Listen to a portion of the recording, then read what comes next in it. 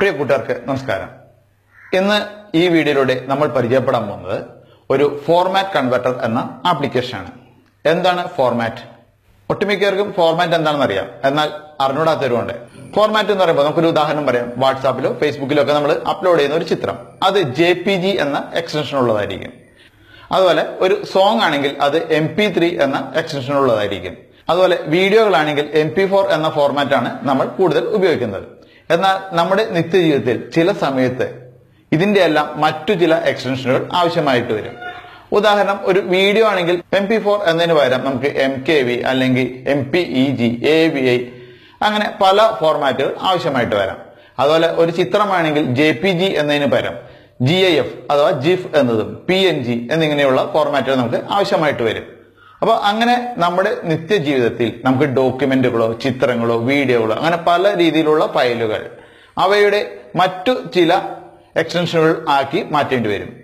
നമ്മുടെ മൊബൈൽ ഉപയോഗിച്ച് ഇങ്ങനെ ഒരു ഫയൽ ഒരു എക്സ്റ്റൻഷനിൽ നിന്നും മറ്റൊരു എക്സ്റ്റൻഷനിലേക്ക് എങ്ങനെ കൺവെർട്ട് ചെയ്തെടുക്കാം എന്നാണ് ഈ വീഡിയോയിലൂടെ നമ്മൾ പരിചയപ്പെടുന്നത്. കൂട്ടുകാർക്ക് തീർച്ചയായും അറിഞ്ഞിരിക്കേണ്ട ഒരു ആപ്ലിക്കേഷനാണിത്. കാരണം ഭാവിയിൽ എപ്പോഴെങ്കിലും ഇത് തീർച്ചയായും ഒരിക്കലെങ്കിലും നിങ്ങൾക്ക് ആവശ്യമായിട്ട് വരും. നമുക്കതെങ്ങനെ ഉപയോഗിക്കാമെന്ന് മനസ്സിലാക്കാം. ആപ്ലിക്കേഷൻ ഡൗൺലോഡ് ചെയ്ത് ഇൻസ്റ്റാൾ ചെയ്തതിന് ശേഷം അത് ഓപ്പൺ ആക്കുക.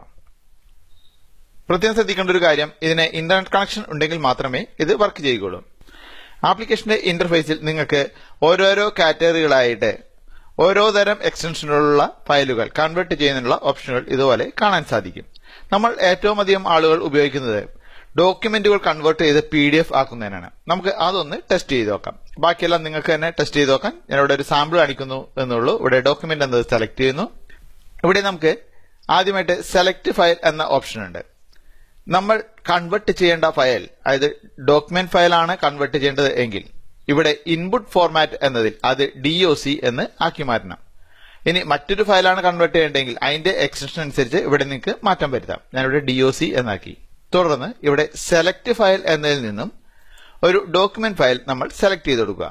ഞാനൊരു സാമ്പിൾ ഫയൽ എന്റെ മൊബൈലിൽ നിന്നും സെലക്ട് ചെയ്ത് കൊടുക്കുകയാണ്. ഇവിടെ സാമ്പിൾ DOC എന്നത് സെലക്ട് ചെയ്യുന്നു. അടുത്തായിട്ട് നമുക്ക് ഔട്ട്പുട്ട് ഫോർമാറ്റ് എന്നതിൽ, അതായത് നമുക്ക് ഏത് ഫോർമാറ്റിലേക്കാണ് നമ്മൾ സെലക്ട് ചെയ്ത ഡോക്യുമെന്റ് ഫയൽ അഥവാ DOC ഫയൽ കൺവെർട്ട് ചെയ്യേണ്ടത് എന്ന് ഇവിടെ നിന്നും തീരുമാനിക്കാം.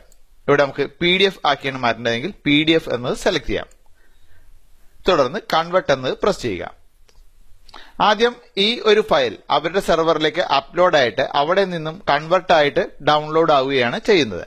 അപ്പോൾ അതിനായിട്ട് നമുക്ക് ഇന്റർനെറ്റ് കണക്ഷൻ ആവശ്യമാണ്. സ്വല്പനേരം വെയിറ്റ് ചെയ്യുകയും വേണം. നോക്കുക, ഇവിടെ ഇപ്പോൾ ഡൗൺലോഡിംഗ് എന്ന് കാണിക്കുന്നുണ്ട്. കൺവെർട്ടായിട്ട് അത് നമുക്ക് ഡൗൺലോഡ് ആവുകയാണ്.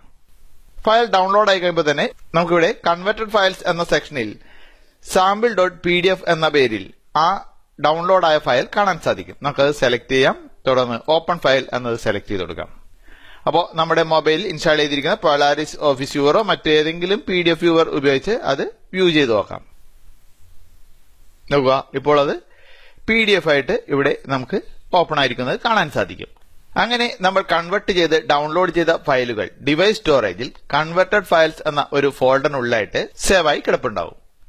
നമുക്കതൊന്ന് ഓപ്പൺ ആക്കി നോക്കാം. ഇവിടെ കൺവെർട്ട് ഫയൽസ് എന്ന് സെലക്ട് ചെയ്യുക. നോക്കുക, ഇവിടെ sample.pdf എന്ന പേരിൽ നമ്മൾ നേരത്തെ ഡൗൺലോഡ് ചെയ്ത, അതായത് കൺവെർട്ടായിട്ട് ഡൗൺലോഡായി വന്ന ഫയലുകൾ ഇതുപോലെ കാണാൻ സാധിക്കും. കൂട്ടുകാർക്ക് എല്ലാവർക്കും ഈ ഒരു ആപ്ലിക്കേഷൻ ഉപകാരപ്പെടും എന്ന പ്രതീക്ഷയോടെ നിർത്തുന്നു. സ്നേഹപൂർവ്വം ഞാൻ Ratheesh R Menon. Computer, mobile എന്നിവയെ സംബന്ധിച്ചുള്ള അറിവുകൾ മലയാളം വീഡിയോകളായി മനസ്സിലാക്കാനും അവ നിങ്ങളുടെ ഫേസ്ബുക്ക് പ്രൊഫൈലിൽ ലഭിക്കാനും ഫേസ്ബുക്കിൽ രതീഷ് ആർ മേനോൻ എന്ന് സെർച്ച് ചെയ്ത് എന്റെ പേജ് ലൈക്ക് ചെയ്യുക. ലൈക്ക് ചെയ്തതിനു ശേഷം കാണുന്ന ഫോളോ എന്നതിൽ പ്രസ് ചെയ്ത് See ഫസ്റ്റ് എന്നത് സെലക്ട് ചെയ്യുക. തുടർന്ന് വലതുവശത്ത് കാണുന്ന 3 ഡോട്ടുകളിൽ പ്രസ് ചെയ്ത് നോട്ടിഫിക്കേഷൻസ് എന്നത് സെലക്ട് ചെയ്ത് സ്ക്രീനിൽ കാണുന്ന പോലെ എല്ലാം നീല ഐക്കണൽ ആക്റ്റീവ് ആയിട്ടുണ്ട് എന്നുകൂടി ഉറപ്പാക്കുക. തുടർന്ന് എന്നും പുതിയ പോസ്റ്റുകൾ ഒന്നും തന്നെ മിസ്സാവാതെ നിങ്ങളുടെ ഫേസ്ബുക്ക് പ്രൊഫൈലിലെത്തും.